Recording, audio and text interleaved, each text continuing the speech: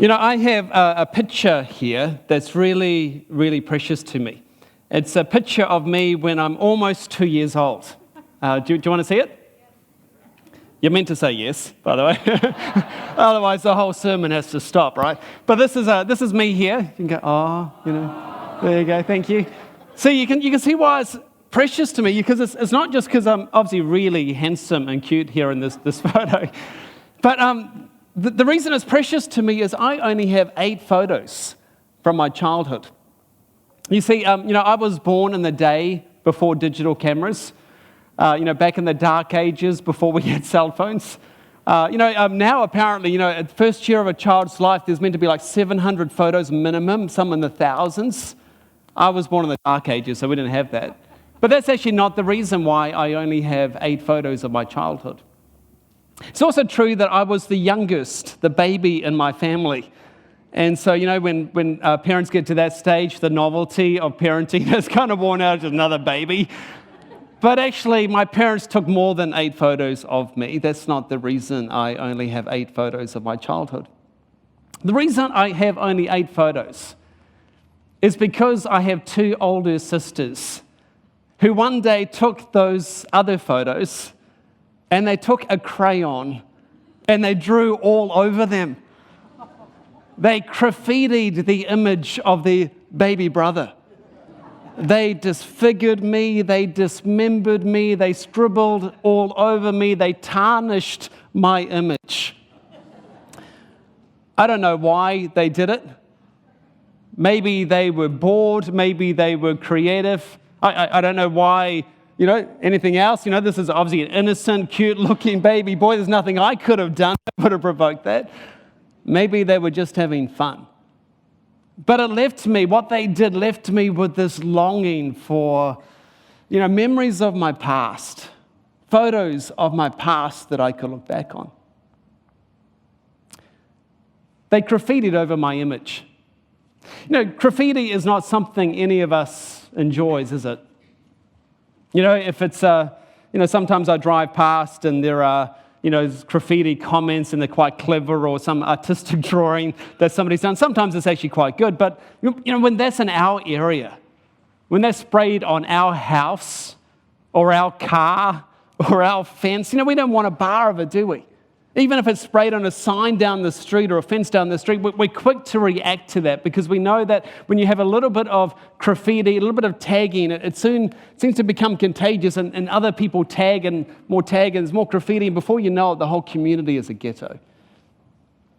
And I have to get you to raise your hand if you're like me and don't like graffiti. I think all of us are in that spot when it's something that belongs to us and people close to us. It devalues what it touches. Trashes, it ruins. But there's another type of graffiti that's really prevalent. This graffiti still trashes, it still ruins whatever it touches, it devalues whatever it is sprayed over. And it's a verbal graffiti. You probably know it by another name, gossip, or its first cousin, slander. See, it's really prevalent in our circles. It comes up all the time. Hey, did you hear about what happened to Joe? I shouldn't tell you this, but my best friend, boyfriend's mother's friend, heard it from a guy who spoke to this kid, who heard it from this other boy over here, that he saw the 2 people together.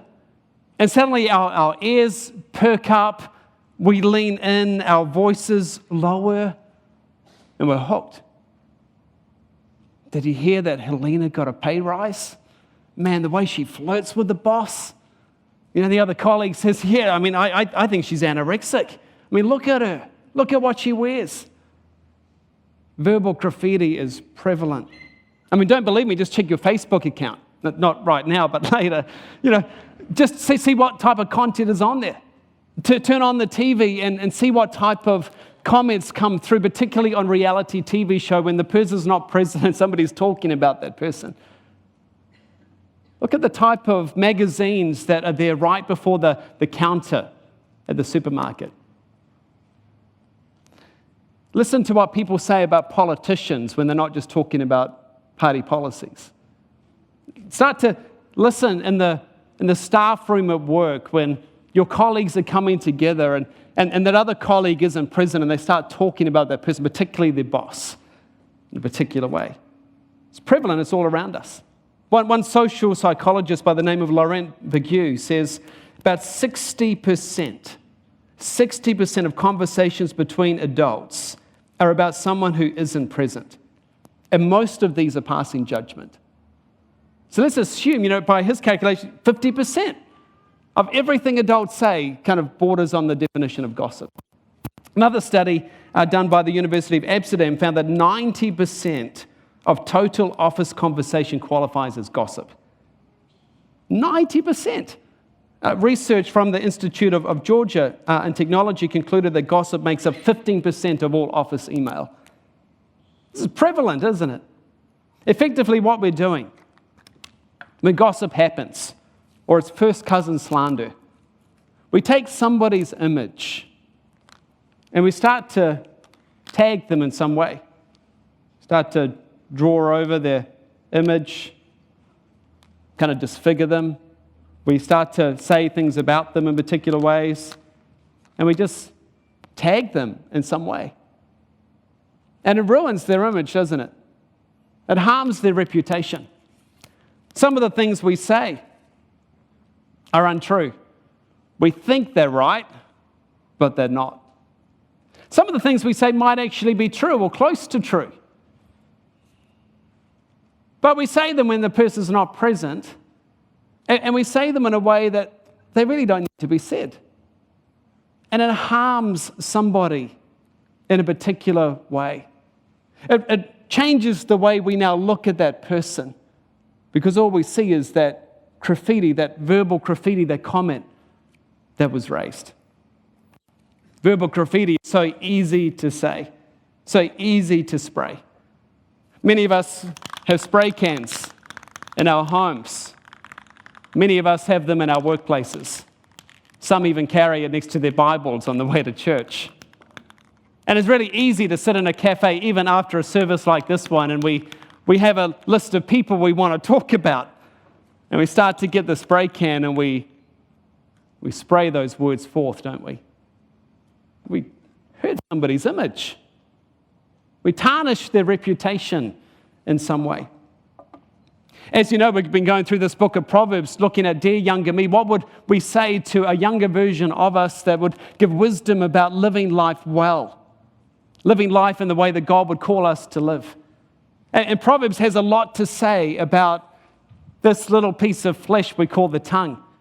That though it's so small, comparatively, it leads to these huge problems in life. Listen to some of these things Proverbs says.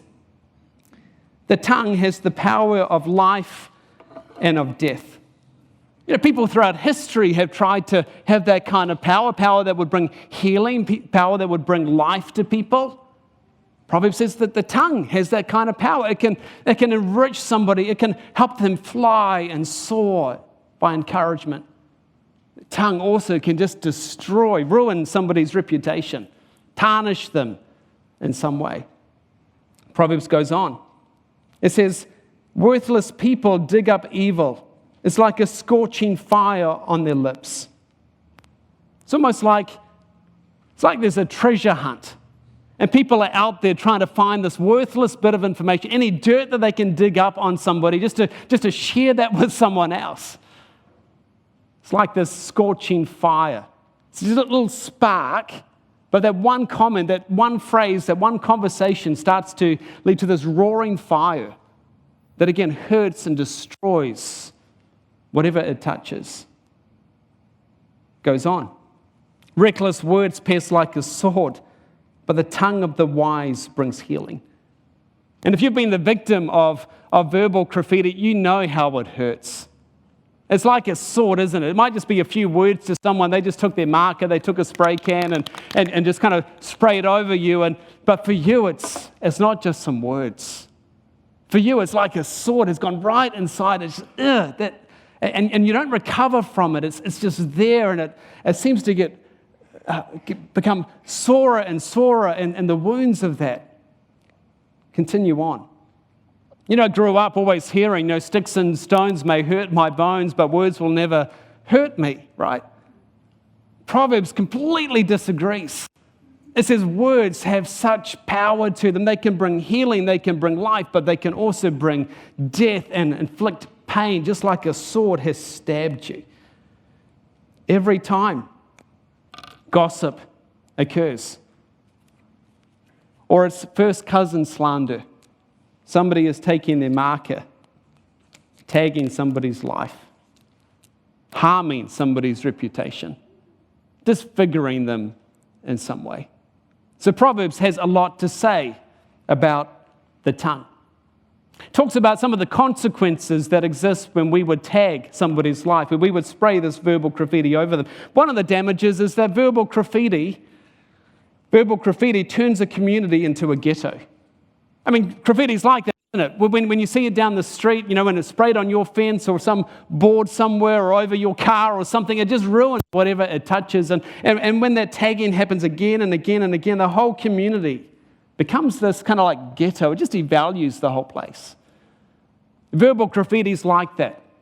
When we take our spray can and we spray it over someone's life, it kind of devalues the whole workplace. It devalues the community at home. It devalues the community within churches. It devalues the community in neighborhoods.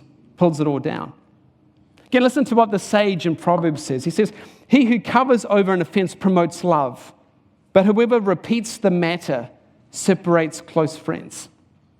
Many of you have experienced what the sage is saying here, haven't you? You were once really, really close to someone. And because you were close, you shared information that's quite personal about you to this other person because you trusted them.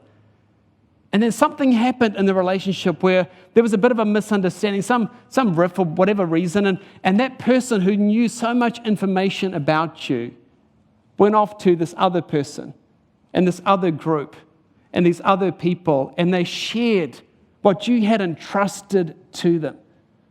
What happened then in that relationship? You were once so close, and now there's a huge rift between you. That's what the sage of Proverbs is saying here. It separates close friends. You've been so honest, and you've shared something so important to you, and suddenly it's been broadcast everywhere. And your reputation, again, the way people now look at you is very different. Just all these scribbles over your life, all these things that people think when they hear your name and see you around the place. Again, Proverbs says, without wood, a fire goes out. Without gossip, a quarrel dies down. As charcoal to embers and as wood to fire, so is a quarrelsome man for kindling strife. So see, gossip is wood to this conflict. But when you see a conflict that's escalating and growing, you can bet everything you have that there is gossip around that. That people are coming and they're just spreading all this rumor, all these comments. Some of them might be untrue, some of them might even be true, but they're not said to help the situation. They're said to just tarnish somebody's information, tarnish somebody's image in some way. And so conflict is like stirred up. And the New Testament, James writes that, a tongue, so small again, but it's just like the spark, it just leads to this roaring fire that though it's so small, has the potential for untold damage. You take gossip away from that situation, and suddenly the conflict is able to be dealt with and die down, and relationships can be healed. But gossip turns communities, wherever they are, workplaces, homes, churches, into these ghettos where nobody wants to be around. Verbal graffiti not only damages communities, but it ruins the tagger. It ruins the person who holds the marker pen or the verbal spray can. Proverbs says, fools' words get them into constant quarrels. They're asking for a beating. They're asking for a black eye with what they say. The mouths of fools are their ruin. They trap themselves with their lips. Now, scholars disagree in this verse of what is that, when they're doing this, when they trap themselves, is it what they're saying, or is it the way other people are perceiving that? And scholars say, well, actually, it's probably both. This ambush is related to both lots of people. In fact, the next verse talks about this too. The words of the wicked are a murderous ambush, but the words of the godly save lives. See, effectively, what you say will eventually come back on you. It will be your own ambush. It will lead to your own black eye. It will lead to your own undoing. You start to tarnish somebody's life. That person moves away from you. And sometimes the people that have heard what you've said no longer trust what you have to say. No longer want to be around you in case, they share something personal with you and then they find it's known over here too. Suddenly your reputation eventually takes a bit of a dive as well. So why do we do it? Why do we take the markers? Why do we tag over someone's life? Well, I think there's a whole bunch of reasons.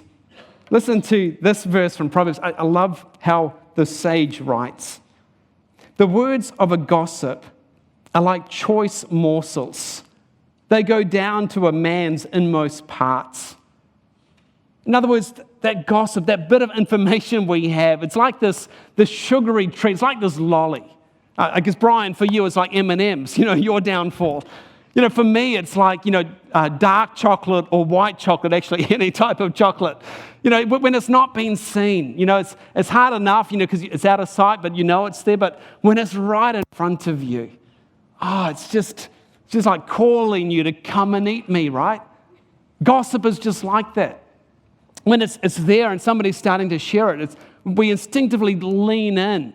It's like this 3-course meal with, the appetizer, the charcoal finished Scott filet, some creme brulee to top it off. It's a beautiful meal. We want to hear it. We want to eat and savor it and just allow it to kind of come down our belly and enjoy that whole thing. But it's not good for us. It's not good for us. Might be irresistible, but it's not good for us. A while back, somebody took a video camera out and they asked a few people why gossip happens. Let's listen to the reasons people give.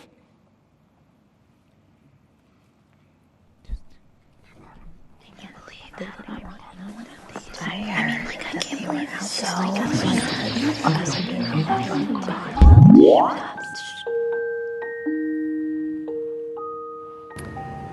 Why do we gossip?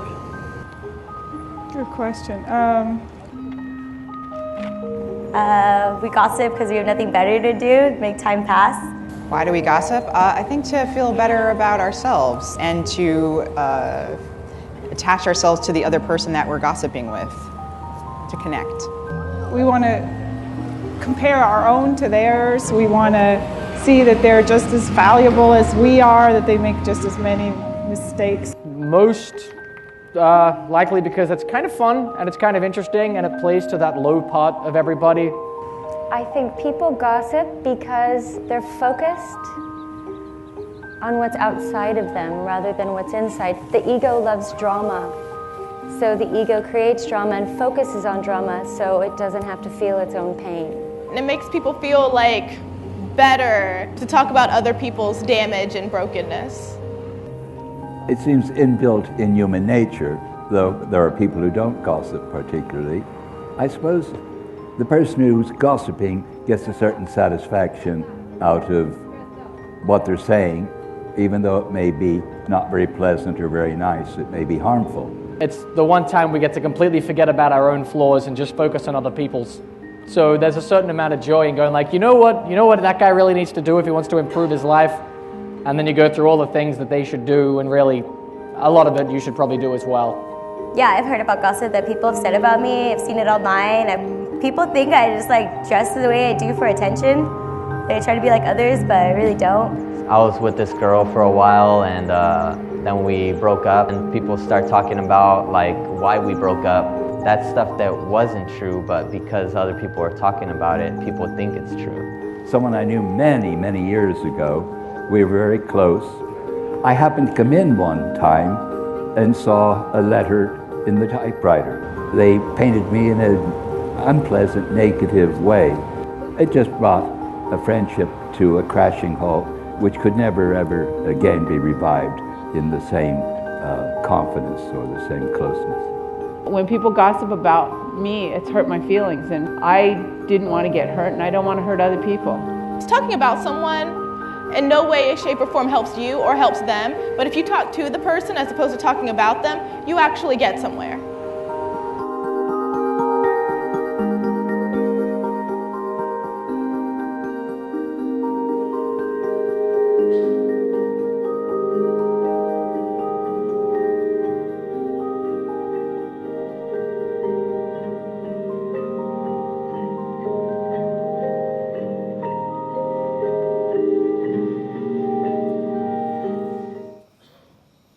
You see the pain of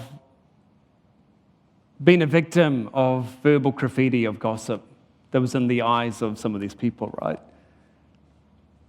A whole lot of reasons we gossip. You know, it is tantalizing. We find it irresistible. I think one of the big reasons is that there's a desire for connection. And that's a good thing, isn't it?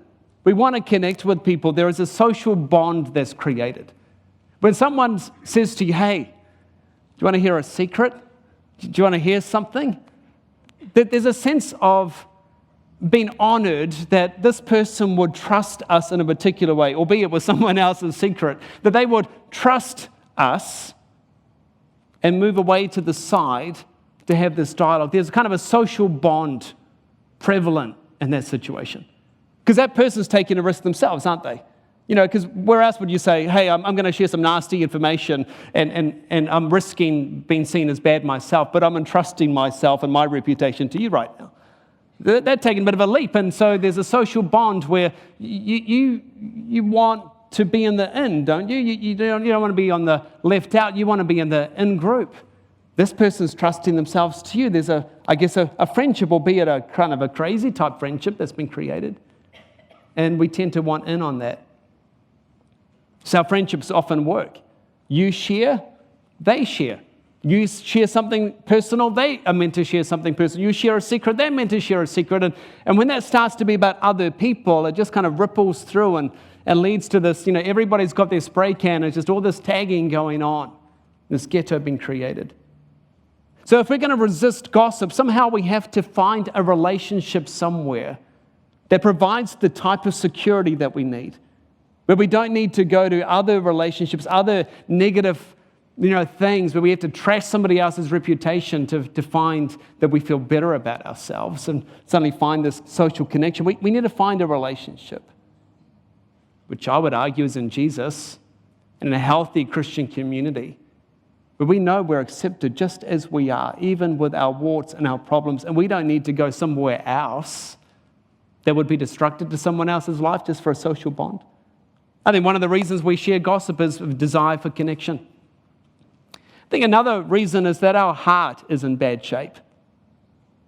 Jesus said, out of the overflow of the heart, the mouth speaks. So if you find gossip on your lips, if you find slander on your lips, if you kind of, effectively taking that marker and drawing over someone's life in an unsuitable way, it's really because the heart's bad. There's something wrong in here. It might be that it's full of pride and you want to feel better than everyone else. You want to believe that you're better than everyone else, that you're past those problems. And so you kind of hear things coming from your lips like, oh, you know how they do things around here. Yada, yada, yada, yada. It's always like that. I mean, what do you expect anyway? You just kind of hear those things, don't you? Because you think that you can do, but maybe you can, but there's a sense of wanting other people to see that as well. We speak as if we would never make those problems or have never made those problems, or that we are superior in some way because there's something wrong in here. Or it might be a power trip for us, a desire for power, that it makes you feel more important because you have this information about somebody and you have this power that you could share it with someone else. It makes you feel important. Something wrong in here, isn't it, Jesus says, when we would share something that would tarnish somebody's reputation, somebody's life in some way. I think another reason is not just because of the social bonding that can happen. It's not just because of the, way that we can, our heart is in bad shape. It's, I think also because it's hard to define. We're confused about what is and isn't gossip. We often think that it's just when we talk about someone behind their back, but the Bible would actually encourage us to talk about someone at times behind their back when it's something good, something loving, something helpful. I think it would go out of its way to say, hey, share good news about somebody, rave about somebody, talk about who they are and the things God is doing in their life. Rave about them. It might also be suitable to share some bad news about somebody when it's shared for the best of intentions for that person. You're talking to the right person in the right way, out of a loving heart. But it's hard, isn't it, to know where the lines are? Because a conversation doesn't normally begin with, hey, I have this gossip I want to share with you. It doesn't normally begin with, hey, this next conversation is going to have gossip in it, extreme caution. Instead, it normally begins with something like, there's something we need to pray about for Mr. Rex. Or it begins with something like, I don't mean to say anything nasty about, but did you know that? And we kind of plunge into this sinful world of gossip. Most of the information we share is disguised as a need to vent, disguised as a prayer request, disguised, packaged in some kind of healthy, good way. Most of it isn't healthy at all. I read a book this week that I'd highly encourage called Resisting Gossip by Matthew Mitchell. Mitchell defines gossip this way.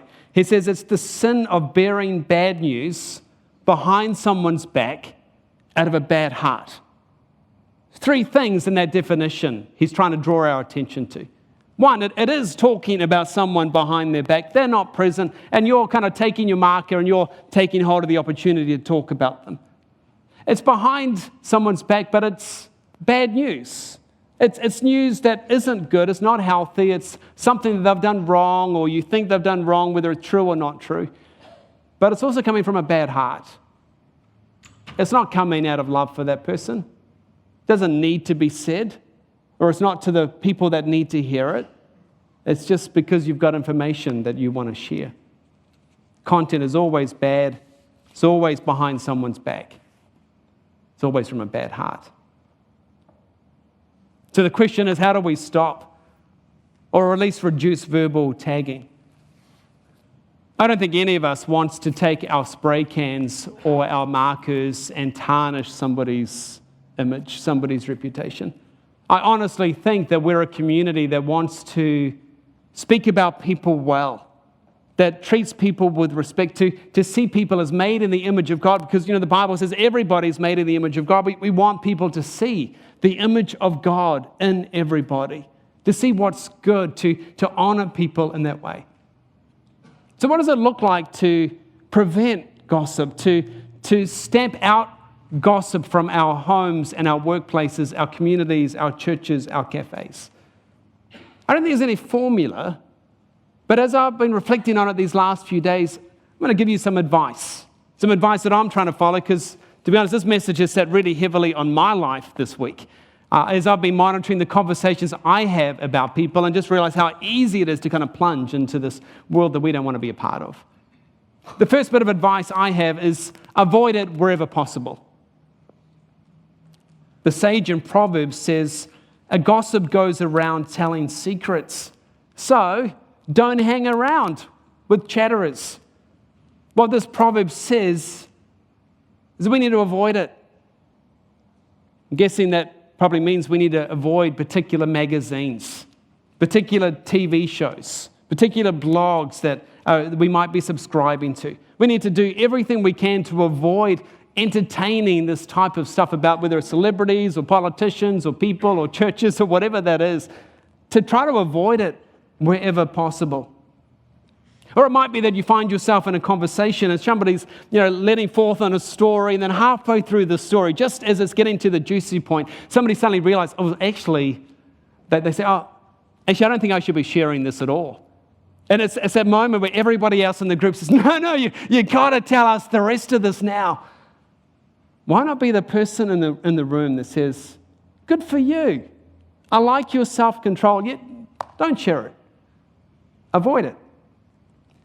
But let's face it, we all tend to struggle with this, right? And we can't avoid each other. We need to live with each other at some point, and we're meant to be salt and light in our communities and our workplaces, so we are going to come across gossip. Avoid it wherever possible, but some other bits of advice, because we have to live in our world, right? So this question here, I think, has been something helpful for me. Ask, what does love for the victim of verbal graffiti look like in this situation? I mean, Jesus commands us to love others, right? So what does a loving conversation, a loving response look like? You know, that if you're listening to something said about somebody, what does it look like to change the conversation? What does it look like to say something different? What does it look like to love this person who's been graffitied and targeted, and the spray is coming forth? The Apostle Paul writes, do not let any unwholesome talk come out of your mouth, but only what's helpful for building others up according to their needs, that it will benefit those who listen. So what does that look like? What does it look like to encourage, to love, to actually be positive in what we're saying? 3 things of advice here. First, change the topic. Change the subject. If somebody, conversation's starting to go really down, and you go, actually, this is kind of like, this is not just out here anymore. You're actually tagging somebody's life. Just try to change the subject to something different, even if it's really obvious you're doing so. It's better that, isn't it? Just to change the subject out of love for this person, because you don't want to hear the news, because it's going to affect the way you look at them, or they're not present. It's just not suitable. It's not loving. So change the subject. I think secondly, say something positive about the person who's been gossiped about. There's always something, right? I mean, everybody's made in the image of God. There are particular traits, particular things that could be said. If you're in one of those rooms, as teenagers where, parents have been torn to shreds, and everyone else is doing that. My dad never does anything good. My mum never gives me anything. Change it to, actually, my mum's pretty kind most of the time. Oh, my dad, he's really fun to be around. He says those cheesy dad jokes, but actually, they make me laugh. Try to find positive things that you can inject into those conversations. And thirdly, think of ways to help the person. You might be in the staff room and everybody's having coffee, and there's that new guy, the new colleague who's begun, and everybody starts to talk about him or her, and they're not present, and they start to say things. Oh, did you see the way he did? Did you see the way she did? Oh, why does she ever get employed for in the first place? Why not be the one that actually thinks about loving this person and says, hey, I wonder if we could help out. Maybe they haven't been kind of assimilated well into this culture and this context, and maybe they just don't know. So how about we step in and help this person perform really well? Hey, Susan, why don't you help them with such and such? I'm going to help them with this, and try to change the conversation to be something that would be helpful and practically loving on the person. So avoid it. Ask, what does love look like for the victim of verbal graffiti? And there's a third one. Confront gossip politely yet firmly. Those first 2 ways might help in some way, but it might still be that gossip is kind of coming through. And you need to make it obvious, hey, I don't want to be spraying this can or hearing the content of the spray can. And so you don't want to, and we're fearful of doing that because we don't want to come across as self-righteous. At the same time, we need to be righteous. And so, having humility, letting people know, actually, I just don't want to be hearing what comes out of that verbal spray can anymore. I believe that we should respect everybody, present or not. I believe there is something good to be shared. And can we talk about something different? And whether that's to Christian people or non-Christian people, I don't think it matters. I think it helps people realize you stand for respect. You stand for things that are good and healthy. Make sure you don't come across as self-righteous when you do that, even though you might be tagged that way.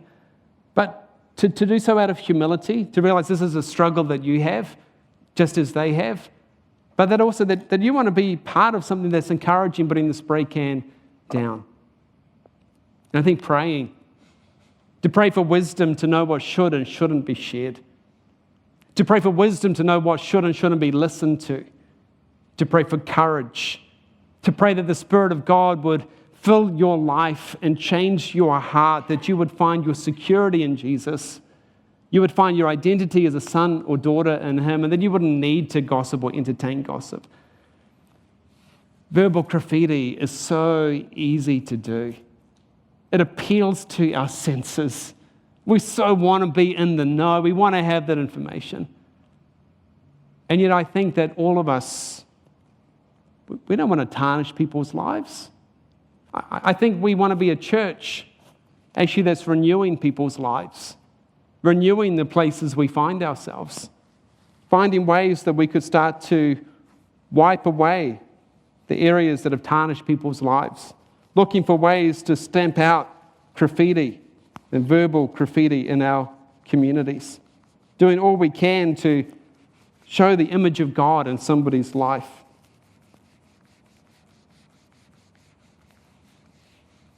That's the type of church I think we want to be part of. The people of God in our workplaces, the people of God in our homes, that speak well of people, that say what needs to be said, and that avoids verbal graffiti at all costs. I would imagine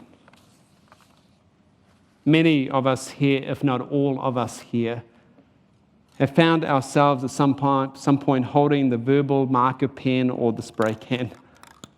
So what do we do if we're in that situation? It's why we need Jesus, isn't it? It's not just the first time we become a Christian, but it's every single day. Because we all find ourselves in these messes. And as I said earlier, this message has sat heavily in my life, because as I looked at my own life, I know that I've taken the marker. I know I've drawn over other people's lives with things I've said at home or at work or maybe even around here. I don't want to be that. And so, today, I'm coming to Jesus and saying, Jesus, this is what I've done. Owning up to what we've done. But not just to stay there, but to allow it to drive us to Jesus. To find in Jesus the solution we need to why we've even entertained and welcomed either listening to gossip or passing on that gossip to others. Is it identity issues? Is it security issues? Remember, the gospel talks to these things. We find ourselves made in the image of God, that we are a child of God. We have this renewed identity. We have security in Jesus. We don't need to run around finding these things in places we shouldn't find them. You see, God knows everything about you. He knows the whole story. He knows everything about that other person. He has enough dirt on you that he could, post it all on Facebook and kind of shame you publicly. But he doesn't do so. Instead, he wants to draw you into relationship with him. He wants to forgive you at great cost to himself. Jesus, even knowing who we are and all that we had done, stepped into our world and did everything necessary to forgive us so that our lives could be clean and whitewashed in his image. And so in a moment, we're going to take communion together. I think it's a great opportunity to come and in the quietness of this moment, talk to Jesus and own up to what we've done. Own up to the type of people that we tend to be in this. Remind our hearts of who Jesus is and what his work does in us and what his work wants to do through us. And maybe you're here today and you don't yet know Jesus. And maybe a friend invited you, or maybe you just came along because you're kind of exploring Christianity. And you're in this situation too. I would encourage you to talk to Jesus right now too. Maybe it's the first time you've ever done so, but kind of own up about your own situation. Because Jesus wants to include you in his family, and he wants you to be his child as well. And as soon as you do that and you just kind of own up and talk to him and acknowledge that he's actually able to help you in this journey, able to change you from the inside out. It's called faith. And you step in and you receive this gift of God to you, just as all of us here need to do. So I'm going to pray. I invite the ushers to come forward. And in a moment, they'll pass out the bread and the cups. Let's pray together.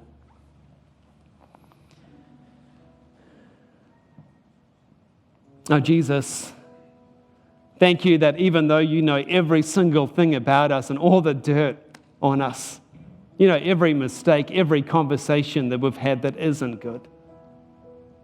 And yet you still long for relationship with us. You long to include us. Jesus, you came into our world at great cost to yourself, died to deal with our verbal graffiti, to deal with our sin, so that we can be whitewashed, that we can be clean. And so, Jesus, we come to you. We acknowledge our sin. We thank you that you cover us.